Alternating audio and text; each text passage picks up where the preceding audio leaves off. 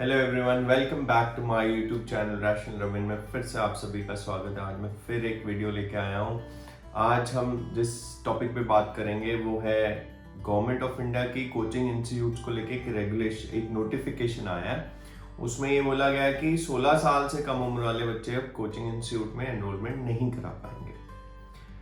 चलिए इसका दूसरा एस्पेक्ट भी देखते हैं। उसमें क्या है कि हार्वर्ड यूनिवर्सिटी ने एक रिसर्च किया था और उस रिसर्च के आउटकम्स बताई थी कि बच्चा जब पेट में होता है तो आखिरी 3 महीनों में उसकी ब्रेन की जो डेवलपमेंट है वो स्टार्ट हो जाती है, और जब वो बर्थ के फर्स्ट ईयर में होता है, मतलब पैदा होने के पहले साल में, वो देखना और बोलना सीखता है। तो ये सब आपने भी नोटिस किया होगा कि बच्चा बड़ी गौर से नई नई चीज़ों को देखता है और अपनी तरफ से कुछ भी बोलने की कोशिश करता है, ऑल्दो उसकी स्पीच क्लियर नहीं होती। तो फर्स्ट ईयर में वो ये सारी चीज़ों पे उसका डेवलपमेंट होता है और उसका जो ब्रेन का डेवलपमेंट होता है मेनली सेंट्रिक होता है उसके विजन और उसकी लैंग्वेज को लेके। उसके बाद 1 साल से लेके 16 साल से कम की आयु में, मतलब इन बिटवीन 1 to 16 ईयर, उसकी लाइफ का सबसे इंपॉर्टेंट क्रूशियल फेज होता है, क्योंकि यहाँ पे उसके कोग्निटिव फंक्शंस जो होते हैं वो डेवलप होते हैं।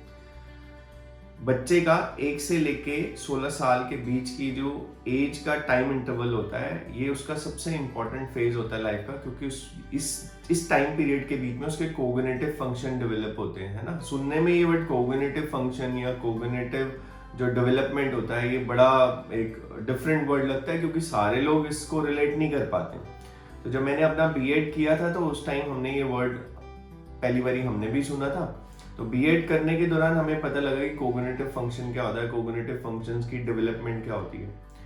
तो ऐसे ही है कि 1 से जब ये 16 साल के बीच का टाइम फ्रेम है, इसमें बच्चा अपना कंसंट्रेशन डेवलप करता है, बच्चा अपनी लॉजिकल रीजनिंग मतलब प्रॉब्लम सॉल्विंग की एबिलिटी को डेवलप करता है कि प्रॉब्लम्स को सॉल्व कैसे करना है। इसी दौरान बच्चे के मानसिक विकास होता है, जिससे वो अपने आप को इतना सक्षम बना पाता है कि अगर बाहर से कोई इन्फ्लुएंस आ रहा है या अंदर से कोई इन्फ्लुएंस आ रहा है जो उसके लिए सही नहीं है, तो वो डिसीजन ले पाता है कि ये डिसीजन मेरा सही है, या ये जो बाहर से मुझे एक्सटर्नली ये मोटिवेट कर रहा है, एक्सटर्नली मुझे इन्फ्लुएंस करने की कोशिश कर रहा है। बाहर से जैसे कोई आपका फ्रेंड बोलता है यार हाँ यार ये अमरूद लगा हुआ है, पीछे से दीवार पे चढ़ के तोड़ ले, तो आपका जो डेवलपमेंटल फेज होता है ना उस दौरान जो ब्रेन का, तो वो आपको इतनी कैपेसिटी दे देता है कि आप डिसाइड कर पाते हो कि नहीं यार ये तो किसी और के घर के बैकयार्ड में लगे हुए हैं और मैं किसी के घर जाके ऐसे चोरी नहीं करूंगा।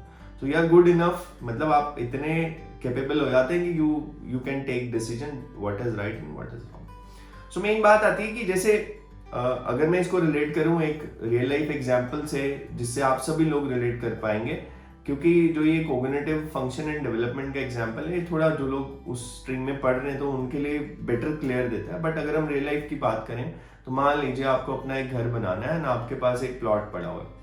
Now you want to make the best house, because हर एक इंसान अपनी लाइफ में एक बार ही घर बनाता है और उसका वो ड्रीम होम होता है, तो उसके लिए वो बेस्ट करने की कोशिश करता है। तो वो क्या करता है, एक बेस्ट आर्किटेक्ट को कंसल्ट करता है और एक आर्किटेक्चरल फ्रेमवर्क डेवलप कराता है घर का, जिसमें उसकी जो भी रिक्वायरमेंट होती है वो आर्किटेक्ट को शेयर करता है और आर्किटेक्ट उसकी requirement and needs, current needs और फ्यूचर कमिंग नीड्स को माइंड में रखते हुए उसको एक आर्किटेक्चरल फ्रेमवर्क देता है, जिसके बेसिस पे अपना घर बनाता है, जो दिखने में vastu friendly, energy friendly, air friendly, मतलब जितने भी बेस्ट फीचर्स हो सकते हैं वो आर्किटेक्ट उसको देने की कोशिश करता है और जो बना रहा है वो उसके डिमांड को सामने रखता है। नाउ इसका एंड रिजल्ट क्या है कि एक बड़ा शानदार सा घर आता है उसके सामने, है ना, उसका ड्रीम कम होम ट्रू होता है। तो सेम है जो बच्चे की 1 से लेके 15 साल के बीच का जो लाइफ स्पैन है ना, तो वहां पे भी एक उसका ब्रेन का ना एक आर्किटेक्चरल सेटअप डेवलप होता है। तो अगर ये जो फाउंडेशन ईयर्स में कुछ कमी रह गई, कुछ वीक रह गया, जो बच्चे वीक हैं उनको कैसे हेल्प मिलेगी? जिनके माँ बाप पढ़े लिखे नहीं है, जिनके माँ बाप अगर पढ़े लिखे हैं तो वो उस टाइम के पढ़े लिखे हैं और आज के सिलेबस में डिफरेंस है।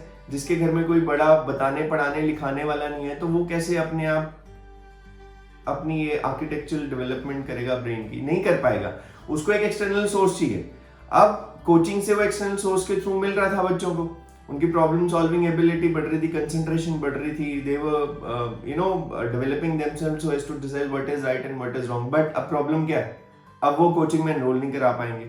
तो इससे क्या होगा कि समाज का वो तबका जो जिनके पेरेंट्स तो पढ़े लिखे हैं वो तो कर लेंगे सपोर्ट, उनके लिए कोचिंग नहीं भी भेजेंगे तब भी वो गाइड कर लेंगे अपने बच्चों को। बट जिनके पेरेंट्स पढ़े लिखे नहीं है, टाइम नहीं दे पा रहे हैं, एबीसी कोई भी फैक्टर है, तो वो कोचिंग की तरफ भेजते थे बच्चों को।